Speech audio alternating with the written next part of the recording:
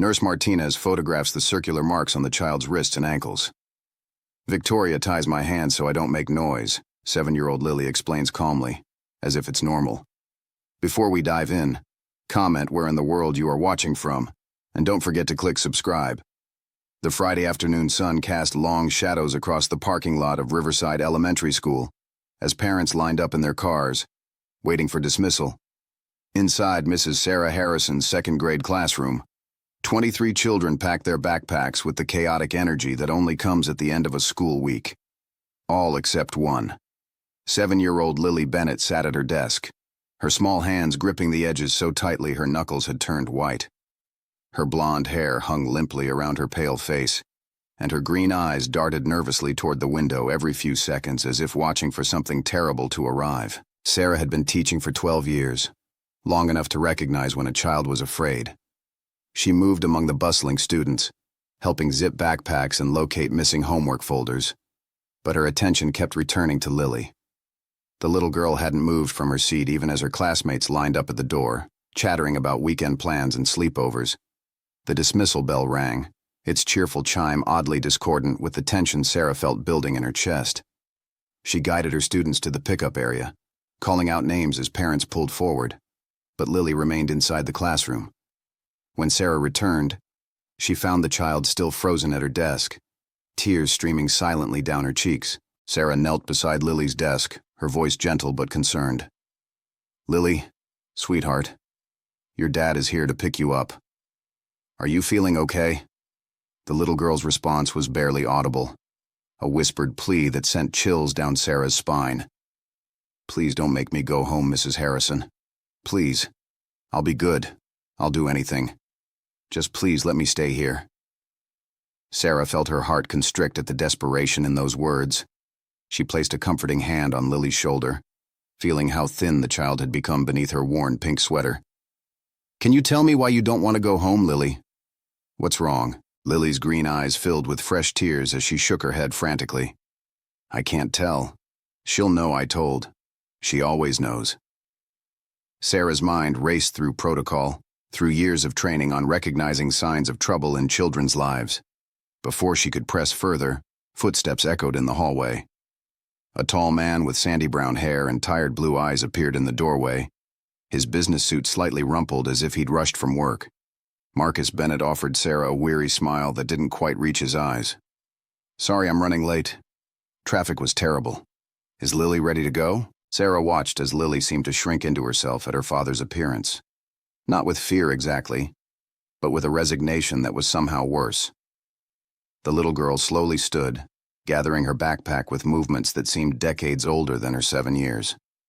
Marcus didn't seem to notice his daughter's reluctance, already checking his phone as he waited by the door. Sarah made a split-second decision that would change everything. "Actually, Mr. Bennett, could I speak with you for just a moment about Lily's homework assignment for the weekend?" Marcus glanced up from his phone, surprise flickering across his features before he nodded. "Sure, of course. Lily, wait in the hallway for a minute, okay?" As Lily shuffled into the hallway, Sarah closed the classroom door partway, keeping the child in sight while lowering her voice. "Mr. Bennett, I wanted to check in about how things are going at home. I've noticed some changes in Lily over the past few weeks." Marcus's expression shifted from polite interest to defensive wariness in an instant. "What kind of changes?" Sarah chose her words carefully, aware she was treading on sensitive ground. She seemed more withdrawn lately, less engaged in class activities, and she's fallen asleep at her desk 3 times this week. "Is everything okay at home?" Marcus's jaw tightened, and Sarah saw something flicker in his eyes that might have been guilt or perhaps recognition of something he'd been trying not to see. "Things have been an adjustment period since I remarried last year. Victoria, my wife, she's still figuring out the whole stepmom thing. But everything's fine. Lily just needs to adapt." The way he said those words, as if he were trying to convince himself as much as Sarah, set off alarm bells in her mind. She pressed gently. "Has Lily mentioned anything about not wanting to come home? About being afraid?" The question seemed to catch Marcus off guard.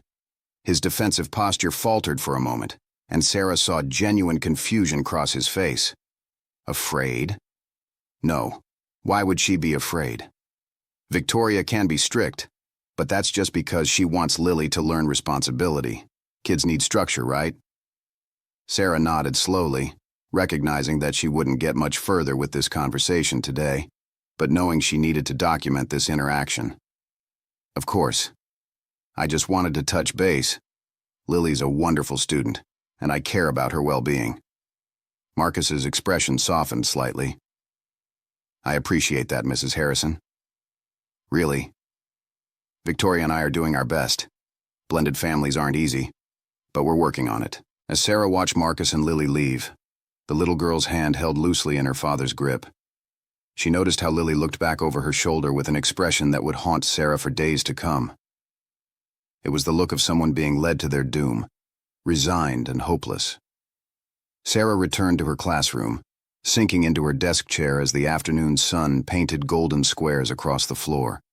She pulled out her journal, the one where she kept notes on students who concerned her, and began writing. Friday, October 13th. Lily Bennett exhibited extreme reluctance to go home. Direct quote, "Please don't make me go home. Please let me stay here." When asked why, she stated, "I can't tell. She'll know I told. She always knows." The weekend passed with Lily Bennett heavy on Sarah's mind. She spent Saturday reviewing everything she knew about the child. Lily had been a bright, engaged student at the beginning of the school year. Her previous teacher's notes described her as enthusiastic and social, always the first to raise her hand and eager to help classmates. But something had shifted dramatically after Christmas break. The change had been gradual at first, easy to dismiss as a passing phase. Lily's hand raised less frequently.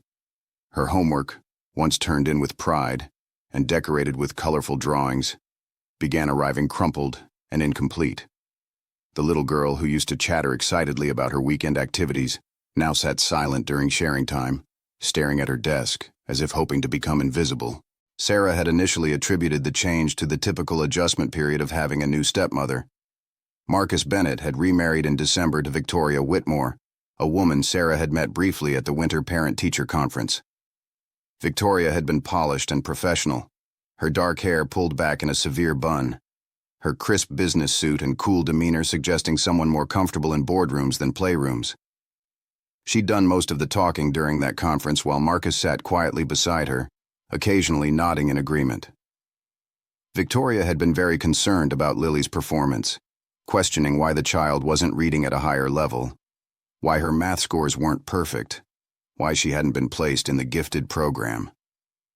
Sarah had tried to explain that Lily was performing well for her age, that she was a solid student making good progress, but Victoria had seemed unsatisfied with anything less than exceptional. Monday morning arrived with gray clouds threatening rain, matching Sarah's mood as she prepared her classroom for the week ahead. Students trickled in with the usual Monday morning chaos, some energetic from weekend adventures, others dragging from staying up too late. Sarah greeted each child at the door, her eyes scanning for Lily's blonde head. When the little girl finally appeared, Sarah's concern deepened. Lily walked with a noticeable limp, favoring her right leg. Her clothes looked slept in, wrinkled and slightly too small, and there was a new hollowness to her cheeks that hadn't been there on Friday. Most troubling were the dark circles under her eyes, so pronounced they looked like bruises in the fluorescent classroom lighting. "Good morning, Lily," Sarah said warmly, kneeling to the child's eye level. "How was your weekend?" Lily's response was automatic, rehearsed. "It was fine, Mrs. Harrison. Thank you for asking." The words were polite but empty, delivered without any inflection or eye contact. Sarah noticed Lily wince as she shifted her weight, the limp more pronounced up close. "Did you hurt your leg, sweetheart?" Lily's hand automatically went to her right thigh, a protective gesture that spoke of pain. "I fell down, that's all. It's okay." The words came out too quickly, too practiced, as if she'd been preparing this explanation all weekend. Throughout the morning, Sarah observed Lily with increasing alarm.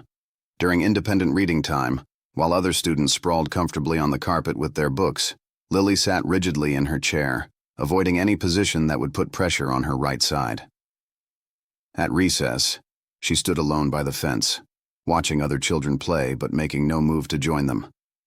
When Sarah approached to encourage her participation, Lily simply shook her head and whispered that she was too tired. During lunch, Sarah noticed Lily eating with desperate speed, as if she were starving. But the child's lunchbox contained only a small bag of crackers and an apple that had seen better days.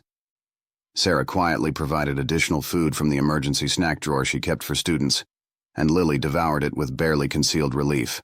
The afternoon brought an incident that cemented Sarah's resolve to take action. During art class, students were working on watercolor paintings of their families. Sarah moved among the tables, admiring the typical second-grade interpretations of houses and stick figures. When she reached Lily's desk, she found the child staring at a blank piece of paper, her paintbrush trembling in her small hand. "Lily, would you like some help getting started?" Sarah asked gently. Lily looked up, her green eyes swimming with unshed tears. "I don't know what to paint, Mrs. Harrison. I don't know what my family is supposed to look like anymore." The raw pain in that statement took Sarah's breath away. She pulled up a chair beside Lily, speaking softly so other students wouldn't overhear. "You can paint any family you want, sweetheart. Maybe your family from before, or your family now, or even an imaginary family. Whatever feels right to you." Lily considered this for a long moment before finally dipping her brush into the blue paint. Sarah watched as the little girl created a simple scene. A small stick figure with yellow hair standing alone in what appeared to be a dark space, with a house visible in the distance. The figure had no smile, no other people nearby, just solitary darkness surrounding her. When Lily finished, she looked at her creation with an expression that seemed far too knowing for a 7-year-old. "This is me at nighttime," she whispered, so quietly Sarah almost didn't hear. "In my sleeping place." Sarah felt her pulse quicken. "Your sleeping place? Can you tell me about it?" But Lily had already shut down, recognizing perhaps that she'd said too much. She shook her head mutely and wouldn't say another word, no matter how gently Sarah tried to encourage her. That afternoon, Sarah made copies of Lily's painting before sending it home in the child's art folder. She also began making detailed notes of every observation, every concerning behavior, every statement that raised red flags. Years of teaching had taught her that documentation would be crucial if the situation was what she increasingly feared it might be. Tuesday brought new revelations. Sarah arrived at school early, as was her habit, and found Lily already there, sitting on the bench outside the main office. The school didn't officially open for another 30 minutes, and the morning air still held the chill of night.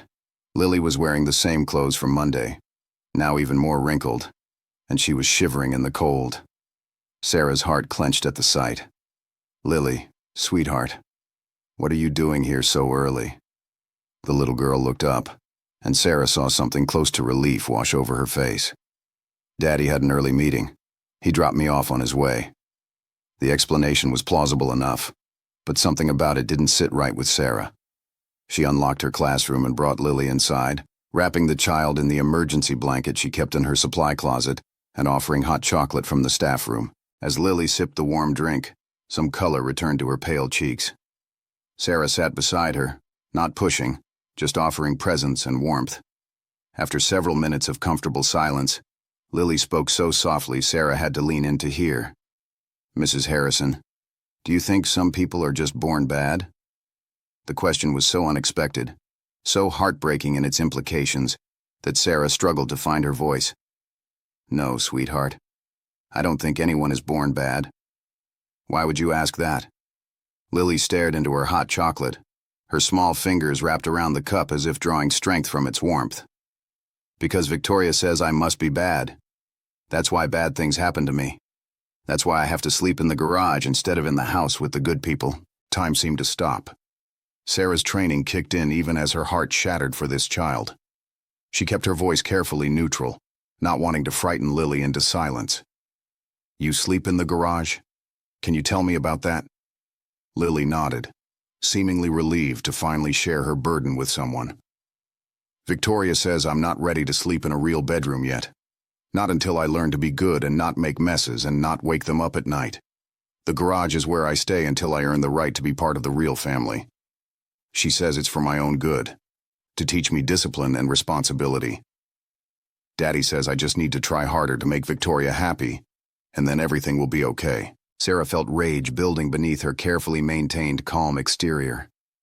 She thought of the painting from yesterday, the small figure alone in darkness, and understood now what Lily had been trying to communicate. "How long have you been sleeping in the garage, Lily?" The little girl's brow furrowed as she tried to calculate. "Since after Christmas, I think. At first it was just sometimes, when I did something wrong. But now it's every night. Victoria says that's my room now until I prove I deserve better." Sarah forced herself to ask the next question, though she dreaded the answer. "Is the garage cold at night? Do you have a bed and blankets?" Lily's response confirmed Sarah's worst fears. "There's a sleeping bag and some old blankets. It's pretty cold, especially when it rains and the wind comes through the cracks. Sometimes mice run across the floor at night, and I try to stay really still so they don't climb on me. I have a flashlight, but Victoria took the batteries away because she said I was wasting electricity, so it's really dark." Sarah felt tears threatening but held them back, knowing she needed to remain strong for Lily. "Does anyone else know about this? Have you told anyone?" Lily shook her head vigorously. "Victoria says if I tell anyone, they'll take me away and put me in foster care where terrible things happen to children. She says I should be grateful to have any home at all, even if it's just the garage. And Daddy, he thinks I have the spare bedroom upstairs. Victoria says it's our special secret, that she's helping me become a better person through tough love." The bell rang for the start of school, and other students began arriving. Sarah made a quick decision. "Lily, I want you to know that you are a good person, a wonderful person, and what you just told me is very important. I need to talk to some other adults about how to help you, okay?"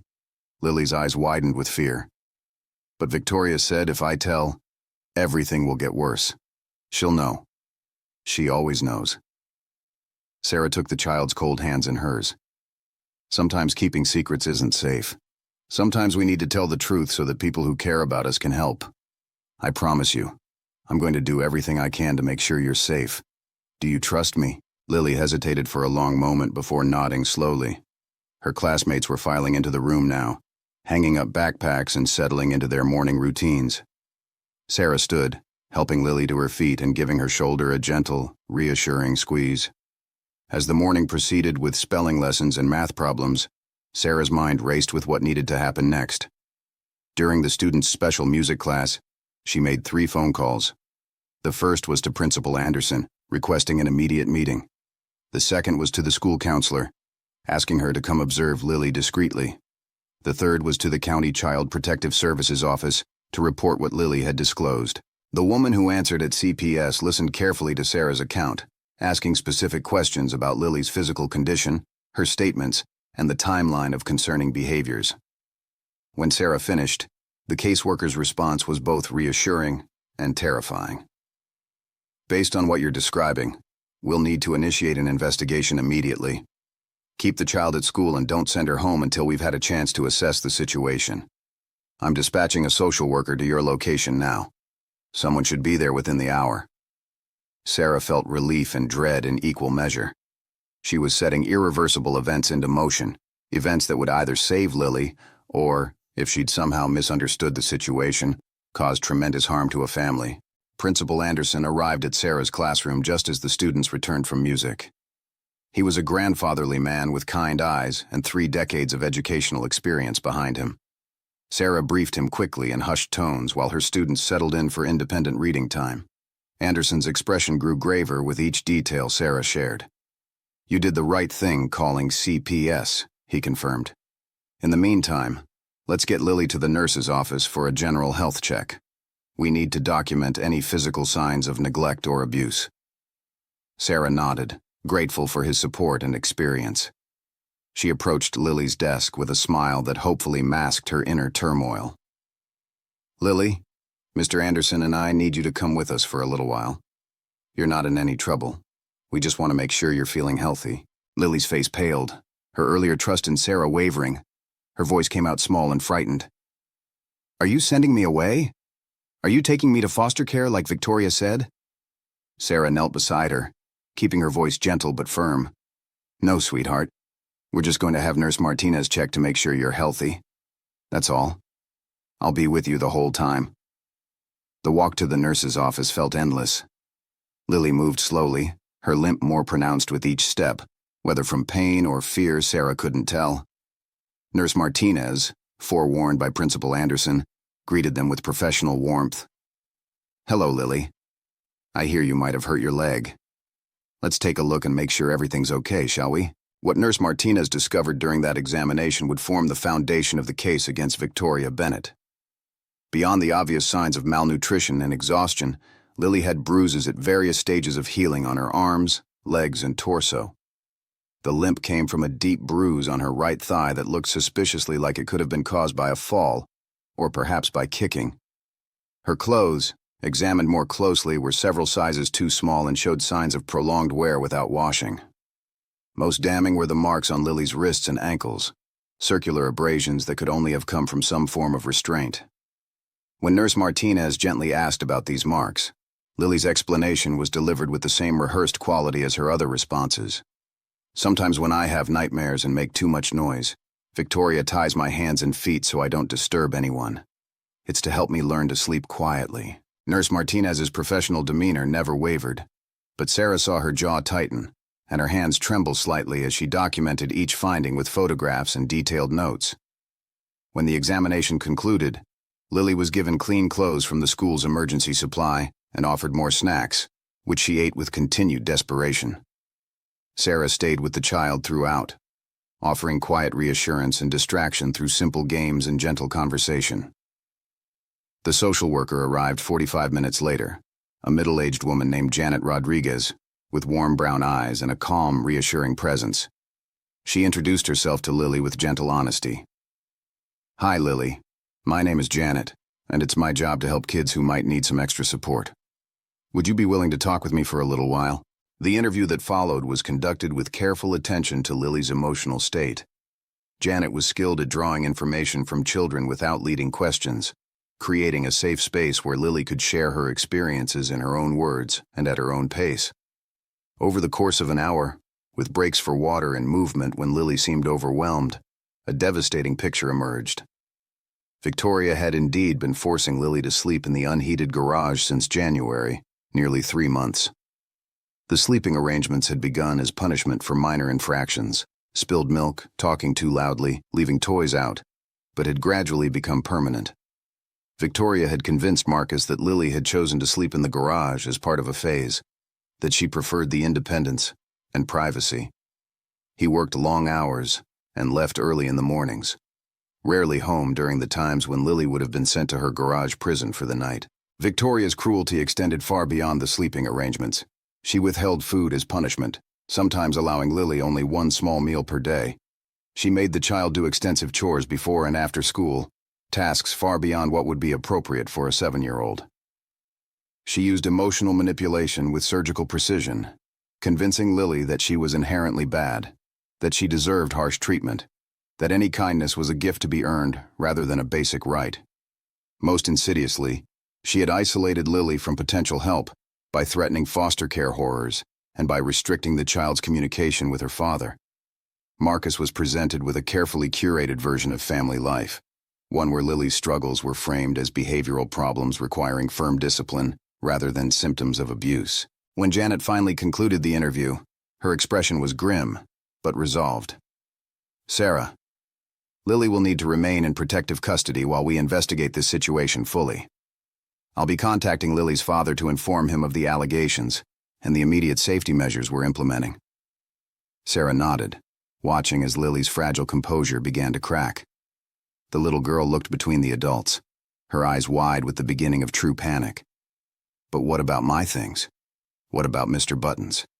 That's my stuffed rabbit. He's been with me every night in the garage. I can't sleep without him." The specificity of that request, the fact that even in crisis Lily worried about her comfort object left behind in that cold garage, brought tears to Sarah's eyes that she could no longer hold back. Janet's voice was gentle, but honest. "We'll make sure to get Mr. Buttons for you very soon, Lily.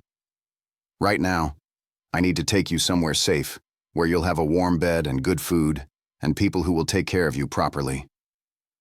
Sarah saw the moment when Lily's fear transformed into something else. Hope fragile and tentative, but unmistakable. "Will I have to go back to Victoria?" Janet's response was firm. "Not tonight. We're going to make sure you're safe. That's a promise." As Janet prepared to take Lily to a temporary foster placement, Sarah knelt one final time beside the child who had trusted her with the truth. "You were so brave to tell me what was happening, Lily. I'm proud of you. This isn't your fault. None of this is your fault." Lily threw her thin arms around Sarah's neck in a desperate hug that lasted several heartbeats. "Thank you for believing me, Mrs. Harrison. Thank you for not making me go back to the garage." Sarah held her gently, mindful of the bruises, and whispered back, "I will always believe you, sweetheart. Always." As Janet led Lily away, the little girl looked back one more time with an expression that held both fear and relief. Sarah watched until they disappeared around the corner, then returned to her classroom where her students continued their afternoon lessons, blissfully unaware of the drama that had unfolded.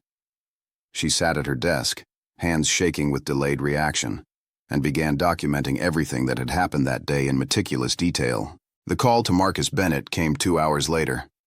Janet Rodriguez had the unenviable task of informing a father that his new wife had been abusing his daughter under his own roof. Sarah wasn't present for that conversation, but Principal Anderson briefed her afterward. Marcus had been shocked, then defensive, then increasingly horrified as the evidence was laid out. He'd initially insisted there must be some mistake, that Victoria would never do such things, that Lily must have misunderstood or exaggerated. But when confronted with the photographs of bruises, the marks from restraints, the documented weight loss, and most damning, Lily's own detailed testimony, his denials had crumbled into devastated acceptance. He'd had no idea, he'd told Janet repeatedly. He'd worked such long hours trying to provide for his new family. Victoria had seemed strict, but loving. He'd thought Lily's behavioral changes were typical adjustment issues. How could he not have seen what was happening to his own daughter? Victoria Bennett was arrested that evening. Police found the garage exactly as Lily had described. A sleeping bag on the concrete floor, thin blankets that provided little warmth, evidence of mouse droppings, and in one corner, a worn stuffed rabbit missing one button eye. Photographs taken by investigators showed a space that no child should ever have been forced to inhabit: cold, dark, isolated, and utterly devoid of the warmth and security a home should provide. Victoria maintained her innocence, claiming she was simply trying to teach Lily discipline and responsibility, that modern parenting had become too soft, that the child needed firm boundaries. Her defense fell apart under questioning when investigators discovered her own journal, where she documented her punishments with clinical detachment, referring to Lily as stubborn and defiant, and noting with satisfaction when the child cried herself to sleep in the garage. The following days brought a whirlwind of activity. Marcus Bennett, devastated and guilt-ridden, filed for divorce immediately and surrendered his parental rights temporarily to allow CPS to determine Lily's best placement. He attended every meeting, therapy session, and court hearing, desperate to prove he could be the father Lily needed, even as he grappled with the knowledge that his negligence had allowed his daughter to suffer. Victoria was charged with multiple counts of child abuse, child endangerment, and unlawful restraint. The case made local news, shocking the community with its revelations about what had been happening behind the closed doors of a seemingly normal suburban home. Sarah visited Lily twice in her foster placement, a warm home with an experienced foster mother named Claire, who specialized in caring for children removed from abusive situations. The first visit, 3 days after the disclosure, found Lily still fragile and uncertain, jumping at sudden noises and apologizing constantly for minor things that required no apology. But she'd gained 2 pounds already, and the dark circles under her eyes had lightened. She showed Sarah her new bedroom with shy pride, a real bed with soft blankets, a nightlight that kept the darkness at bay, and prominently displayed on the pillow, Mr. Buttons, the stuffed rabbit, retrieved from the garage by a kind police officer who understood the importance of one small comfort object to a traumatized child. The second visit came 2 weeks later, and Sarah was amazed by the transformation. Lily smiled, a genuine expression that lit up her entire face. She'd gained more weight, filling out the hollows in her cheeks. She chattered excitedly about school at her temporary placement, about friends she was making, about the therapy sessions that were helping her understand that what happened wasn't her fault. She'd painted a new picture in art therapy. This one showing a little girl with yellow hair surrounded by sunlight, standing in front of a house with an open door, and people inside with smiles on their faces. It was titled, My Forever Home. And when Sarah asked about it, Lily explained with the innocent optimism of childhood that her therapist said she would find a place where she was wanted and loved, whether that was back with her daddy once he proved he could protect her, or with a new family who would never make her sleep in a garage again. Marcus Bennett's journey toward redemption was longer and more painful. He enrolled in parenting classes and attended therapy sessions focused on recognizing and responding to signs of abuse. He sold the house where Lily had suffered, unable to continue living in a place filled with such terrible memories. He cut his work hours dramatically, recognizing that career success meant nothing if he failed as a father. In supervised visits with Lily, he apologized repeatedly, his voice breaking with emotion. "I should have seen it, sweetheart. I should have protected you. I'm so sorry." Lily's response, filtered through months of therapy and slowly rebuilding trust, was simpler than he probably deserved. "You didn't know, Daddy. Victoria was really good at hiding it, but now you know. And you have to make sure nothing like that ever happens again." 6 months after that Friday afternoon, when Lily had begged not to go home, Sarah stood in a courtroom as a witness in Victoria Bennett's trial. She testified about the changes she'd observed in Lily, about the disclosure and subsequent investigation, about the painting of a child alone in darkness that had been one of the first clues something was seriously wrong. Victoria sat at the defense table, her expression cool and unmoved throughout the testimony, seemingly unable or unwilling to acknowledge the harm she'd caused. The jury deliberated for less than 4 hours before returning guilty verdicts on all counts. Victoria was sentenced to 8 years in prison, a term that many felt was too lenient for the psychological and physical torture she'd inflicted on a vulnerable child. For Lily, the path to healing was measured in small victories and setbacks. Some nights she still woke screaming from nightmares about being locked in the garage. Some days she struggled with feelings of worthlessness that Victoria's cruel words had planted deep in her psyche. But with consistent therapy, a stable foster placement with Claire, who had petitioned to adopt her, and regular supervised visits with a father working desperately to become the parent she needed, Lily slowly began to heal. She returned to Sarah's classroom for the final month of 2nd grade, and while she remained quieter and more cautious than she might have been if trauma hadn't touched her life, she also showed remarkable resilience. She raised her hand in class again. She smiled at jokes. She made friends. She was, slowly but surely, becoming a child again, rather than a survivor in survival mode. On the last day of school, as students cleaned out desks and said goodbye for the summer, Lily approached Sarah with a carefully wrapped package. "Mrs. Harrison, I made you something." Sarah unwrapped the gift to find a framed drawing. It showed 2 figures holding hands, a small girl with yellow hair and a woman with dark hair, standing in a classroom surrounded by books and art supplies. Above them, Lily had written in her careful 2nd grade handwriting, "Thank you for saving me." Sarah's vision blurred with tears as she knelt to hug Lily gently. "You saved yourself, sweetheart, by being brave enough to tell the truth. I just listened." As summer vacation began and Lily left the classroom for the last time that year, skipping slightly as she headed toward Claire's waiting car, Sarah reflected on the mysterious ways that truth reveals itself through children when adults create space to listen. A desperate plea on a Friday afternoon. A painting of a child alone in darkness. A whispered confession over hot chocolate on a cold morning. These were the breadcrumbs that had led to salvation for one little girl who'd been sleeping in a garage, convinced she was too bad to deserve better. Sarah had learned long ago that teaching wasn't just about reading and math and science. Sometimes it was about seeing the invisible suffering and having the courage to shine a light into the darkest corners of a child's life, even when that light might reveal uncomfortable truths that would forever change a family's story.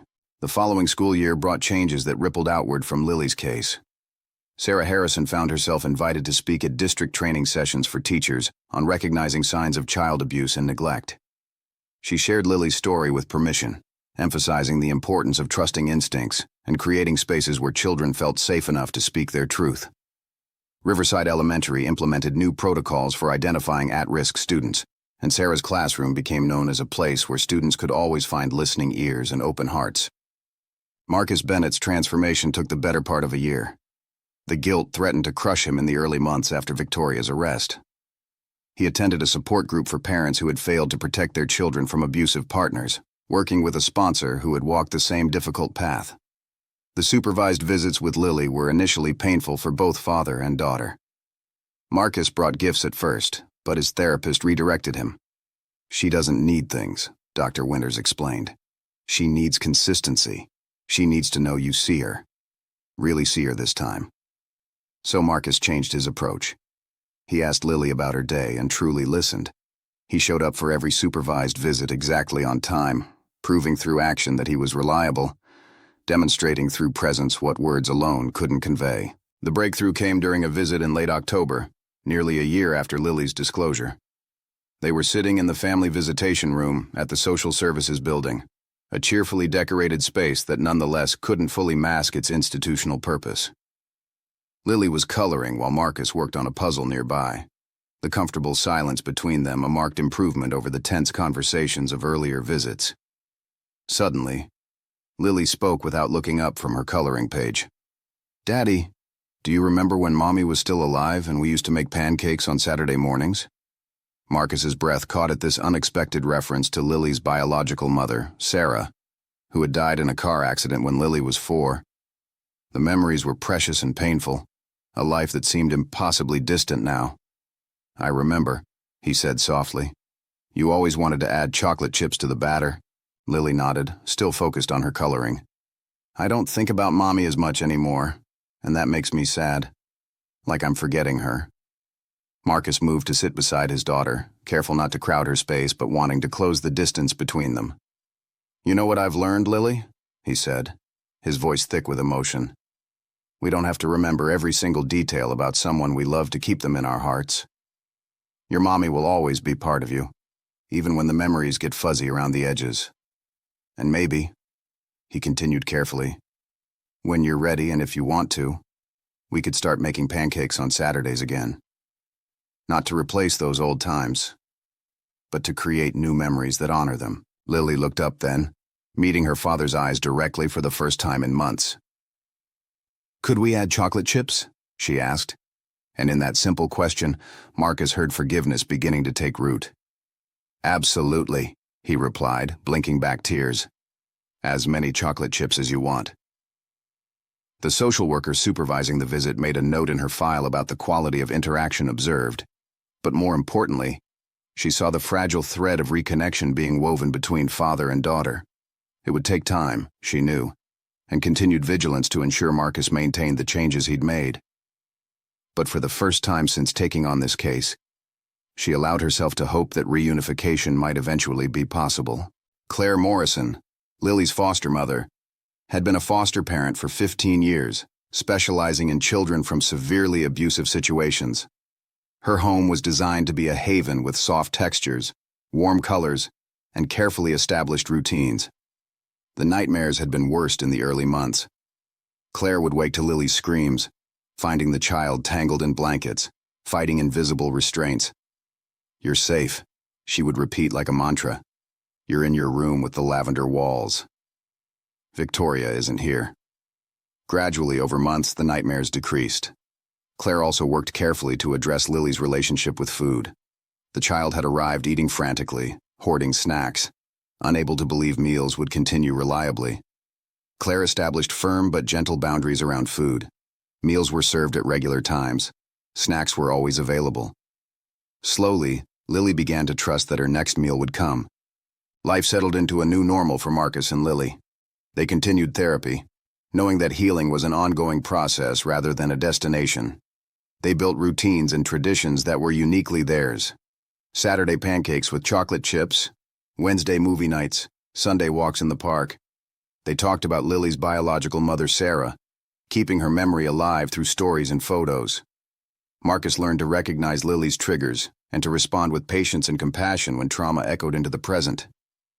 Lily learned to trust that this home was permanent, that mistakes wouldn't result in abandonment or punishment, that love wasn't something to be earned, but something freely given. The second anniversary of Lily's disclosure fell on a Tuesday in October. Sarah Harrison was in her classroom preparing for the day when she received a letter in her school mailbox. It was from Lily, now 9 years old and thriving in 5th grade. The letter read, "Dear Mrs. Harrison, I wanted to tell you about my life now. I live with my dad, and we are really happy. I still see Claire sometimes, and she is like family too. I don't have nightmares very much anymore. I have friends at school and I joined the art club. My therapist, Dr. Reeves, says I'm doing really well. I wanted to say thank you again for that day when you listened to me and believed me. You changed my whole life by not making me go back to the garage. I'm going to be a teacher when I grow up so I can help kids like you helped me. Love, Lily. P.S. I still have Mr. Buttons. He says thank you too." Sarah read the letter twice, tears streaming down her face. She thought about that Friday afternoon 2 years ago when a frightened child had begged not to go home, about the decision to call CPS despite uncertainty and fear of being wrong, about the investigation and aftermath that had turned a family inside out, but had ultimately led to healing. She thought about all the other children in her classroom over the years, the ones who might have been suffering in silence, the ones she might have missed or misread. She couldn't save every child or solve every problem, but she could do what she'd done for Lily, create space for truth, listen with full attention, and take action when action was needed. That evening, Sarah attended a community forum on child welfare, one of many such events that had sprouted in the wake of Lily's case. The local community had been shaken by the revelation that severe abuse could happen behind the facade of a normal suburban family, that a child could sleep in a garage while neighbors saw nothing amiss. The forum brought together teachers, social workers, law enforcement, medical professionals, and concerned community members to discuss how to better protect vulnerable children. Sarah shared Lily's story, with permission, emphasizing the subtle signs that had accumulated: withdrawal, exhaustion, fear of going home, the painting of a child alone in darkness. She urged fellow teachers to trust their instincts, to ask questions even when answers might be uncomfortable, to remember that reporting concerns wasn't about being certain of abuse, but about ensuring children had access to proper investigation and support. Marcus attended the same forum, sitting in the back row, his presence a testament to his commitment to ensure other children didn't suffer as Lily had. When the moderator invited him to speak, he walked to the front with visible nervousness. "I'm Marcus Bennett," he began, his voice shaking slightly. "2 years ago, my daughter was removed from my home because my wife was forcing her to sleep in an unheated garage, and I had no idea it was happening. Some of you probably remember the news coverage. Some of you might be wondering how a parent could be so blind, so negligent. I wonder that myself every single day." He paused, gathering his composure. "I can't change what happened. I can't give Lily back the months she suffered. But I can stand here and tell you that warning signs existed, and I missed every single one. I prioritized my career and my new marriage over really seeing my daughter. I accepted easy explanations for concerning behaviors instead of digging deeper. I trusted someone who shouldn't have been trusted with a child's well-being." The room was silent as Marcus continued. "If my story can help even one parent pay better attention, ask harder questions, and put their child's safety above their own comfort or convenience, then speaking out is worth the embarrassment and guilt I feel. Teachers, keep watching for kids who need help. Parents, really see your children and believe them when they try to tell you something is wrong. Community members, don't look away from families that might be struggling. My daughter survived because one teacher refused to ignore her instincts, and a community of professionals worked together to investigate and intervene. That's what saved her life." When Marcus returned to his seat, several people approached to shake his hand or offer quiet words of support. His willingness to publicly own his failure and advocate for change had an impact that blame or defensiveness never could have achieved. 3 years after the disclosure, Lily Bennett was a confident 10-year-old who loved art and science, who had a core group of friends, and who rarely showed signs of the trauma she'd experienced except in moments of stress or during the occasional nightmare. She and Marcus had settled into a strong father-daughter relationship built on communication, consistency, and genuine care. Marcus had remarried, this time to a kind woman named Jennifer, who had 2 children of her own, and who understood the importance of slowly building trust with Lily, rather than rushing into a replacement mother role. The blended family dynamics were handled carefully with therapy support and clear boundaries. Lily had her own space and voice in decisions that affected her life, and Jennifer respected the relationship Lily maintained with Claire, recognizing that the foster mother held a permanent place in Lily's heart. On a warm October afternoon 5 years after that Friday when she'd begged not to go home, 12-year-old Lily stood in Sarah Harrison's classroom after school. Mrs. Harrison? Lily was taller now, her blonde hair cut short in a style she'd chosen herself, her green eyes bright with adolescent self-awareness. Sarah looked up and smiled. "Lily, come in, come in. What brings you back to my room?" Lily entered, her backpack slung over one shoulder. "I wanted you to know that I made a decision about my future. I've been thinking about it for a long time, and I'm really sure now." Sarah gave Lily her full attention. "What decision is that?" "I'm going to be a social worker when I grow up," Lily announced. "Like the people who helped me. I want to help other kids who are in bad situations find their way to safety. I want to be the person who believes them and make sure they get to a place where they can heal." Sarah felt her eyes fill with tears. "Lily, that's a beautiful goal. You're going to be amazing at it." Lily nodded seriously. "I also wanted to tell you that I've been talking to Dr. Reeves about sharing my story more publicly. There's going to be a documentary about child abuse prevention, and they want to interview me. I said yes because I think other kids need to know that if they're in a bad situation, it's okay to tell someone. That telling someone saved my life." The documentary aired the following spring on a local television station and later on a national network. It featured Lily, now willing to show her face and use her name, sitting beside her father as they recounted their story. The garage where Lily had been forced to sleep was shown in photographs that shocked viewers with its barren coldness. Victoria's mugshot appeared on screen, a reminder that abusers often looked ordinary, unremarkable, like anyone else. But the documentary also focused on hope and healing, showing Lily and Marcus's strong relationship, featuring interviews with Sarah Harrison and Claire Morrison about the importance of intervention, and ending with Lily directly addressing the camera. If you're a kid watching this and someone is hurting you or making you live in a way that feels wrong, please tell someone. Tell a teacher, a neighbor, a friend's parent, anyone who will listen. It's not tattling. It's not being bad. It's being brave. And if the first person you tell doesn't help, keep telling until someone does. You deserve to be safe. You deserve to be loved. You deserve a warm bed and enough food and people who protect you instead of hurting you. The response to the documentary was overwhelming. The television station received hundreds of calls and emails from viewers who were moved by Lily's story, from other survivors who shared their own experiences, from parents who vowed to pay better attention to their children's well-being, and from several children who disclosed their own abuse after seeing Lily's courage in speaking out. Sarah Harrison received a commendation from the state's Department of Education for her role in protecting a child and for her continued advocacy for abuse prevention training. Marcus Bennett became a regular speaker at parenting workshops, his message of vigilant, engaged parenting resonating with audiences who appreciated his honesty about his failures and his determination to help other parents avoid similar mistakes. 10 years after the disclosure, Lily was 17 and preparing for college.